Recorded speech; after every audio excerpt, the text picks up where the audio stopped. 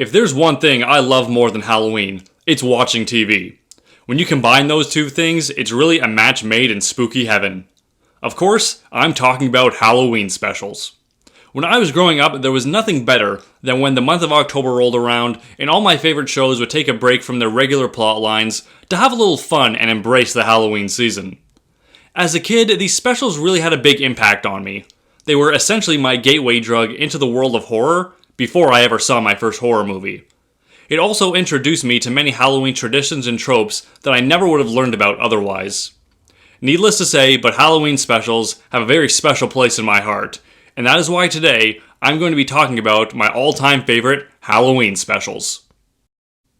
I may as well start out with the Simpsons Treehouse of Horror episodes.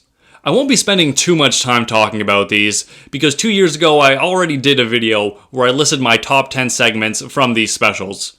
Regardless, these need to be mentioned. In the early 90s, The Simpsons were a staple in many households all over the world. In its golden age, it was a perfect mix of slapstick humor, political, religious, and societal satire, and some pretty filthy jokes that went over a lot of kids' heads. All of this carried over beautifully into their yearly Halloween special, where they would parody horror movies, sci-fi movies, as well as literary work and episodes of The Twilight Zone. In my apartment, the first 11 episodes of the Treehouse of Horror series are on repeat the entire month of October. They really just never get old to me. If you've never seen any of these before, I suggest checking out numbers 4, 5, and 6. To me, those hold the best segments. Up next is the Season 2 episode of King of the Hill, Halloween. When it came to the plot lines of King of the Hill, they were always rather mundane and down-to-earth, which is what made it so relatable to so many people. Their first Halloween special was no different. Where The Simpsons went down a route of fantasy and the unrealistic, King of the Hill crafted a very simple story of a father, Hank, trying to bond with his son, Bobby, over Halloween. Unfortunately, the new religious zealot in town, Junie Harper, has appointed herself the moral backbone of Arlen and has decided that Halloween is a satanic holiday that must be stopped at all costs. She first takes over Luann's Bible study class, then the public school system, and then successfully lobbies to have Halloween outright cancelled in Arlen while providing her own righteous alternative, the Hallelujah House. All of this comes to a climax where Hank, Dale, Bill, Boomhauer, and many other town folks march through the streets in protest of the anti-Halloween curfew. All of this to save Bobby and some of the other kids from the cult of Junie Harper.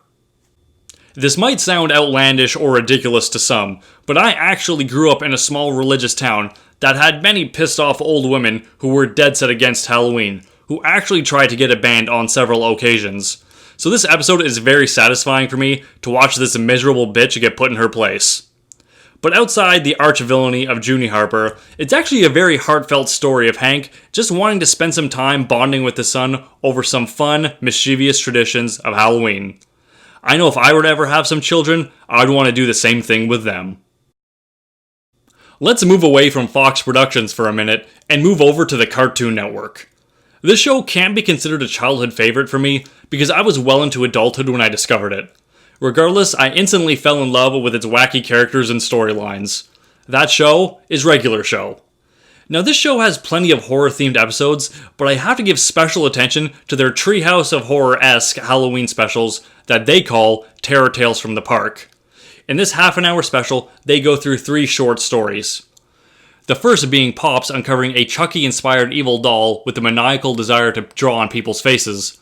The second being about Muscle Man and High Five Ghost pissing off the spirits of a crappy death metal band. The third and final story is the best one. On Halloween night, Rigby accidentally pisses off a wizard by egging his house. Of course, the wizard puts a curse on Rigby that turns him into a house. All of the other employees of the park try to help save Rigby, but in the end up getting slaughtered by the evil wizard. I won't spoil the ending, but it's quite funny and satisfying. Next, we move over to Nickelodeon for the SpongeBob episode, Graveyard Shift. Now, I know technically this isn't a Halloween episode, but I consider it much better than the Halloween episode that aired in the previous season. Not to mention, you could easily Photoshop a few cheap decorations into this episode, and no one would know the difference. The premise of this episode is relatively simple. SpongeBob and Squidward get stuck working the graveyard shift at the Krusty Krab. Squidward, annoyed with SpongeBob's enthusiasm, makes up the terrifying story of the hash-slinging slasher. Unfortunately for them, the story Squidward made up starts coming to life, and the pair are soon faced with the ghost of the Krusty Krab's former fry cook. What I love about this episode is the haunting atmosphere it creates. The Krusty Krab at night has an incredibly creepy feeling to it. The show has shown Bikini Bottom at night before, but it's never shown it like this. Their use of fog and dark colors turn the usually bright setting into a creepy nightmare. I certainly wouldn't want to take the trash out on a night like that either. Also, this episode features one of the greatest horror icons to ever exist. When I was a kid, I had no idea what Nosferatu was, but after seeing this episode, I was intrigued to find out. Next on our list is the Disney classic The Adventures of Ichabod. Now, I have to come out and say that overall this really isn't the best Halloween special. I just rewatched it for the purposes of making this video, and you really have to sit through a lot of bullshit, and that's not a good thing considering the special is only half an hour long. But it feels a lot longer because the first 20 minutes are painfully slow, and the songs are not enjoyable or memorable at all. The only reason this special has made it to my list is because of the Headless Horseman. Holy crap, this guy is awesome. You can just feel his evil presence the second he shows up on screen.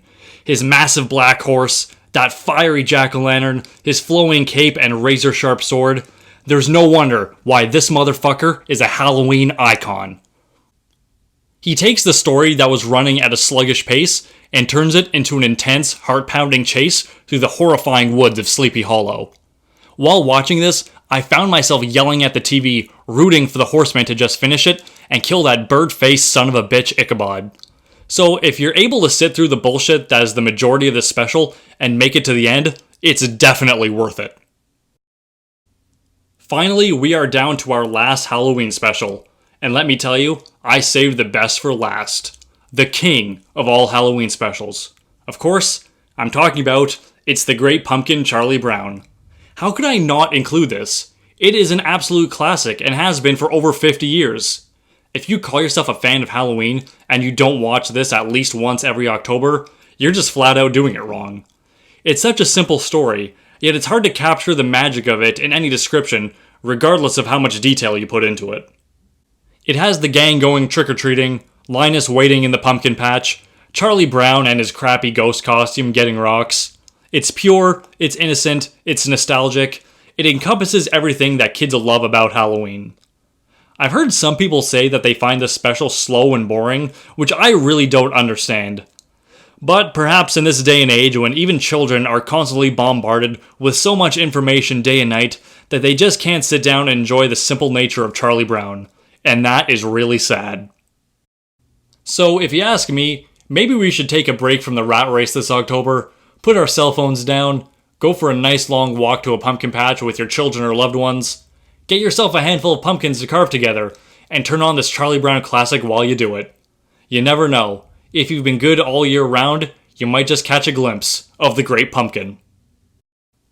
So those are my favorite Halloween specials, but now I would like to get your guys' opinion on all of this. Do you like the ones I just listed, or do you prefer other Halloween specials that are out there? Please leave me a comment letting me know what your favorite Halloween specials are. So that's it for today's video. If you like what you saw, don't forget to like and subscribe, leave me a comment letting me know what you thought of today's video, check out some of my past videos, and share them with a few of your friends while you're at it. If you want to keep up with me on a more daily basis, you can follow me on Facebook and on Instagram. I also have a P.O. box open. All of that info is down in the description. I also have a handful of patches left for sale, so if you'd like to get your very own, you can click right up in the corner here. There's also a link down in the description. Overall, thank you very much for watching, guys, and don't forget to stay spooky.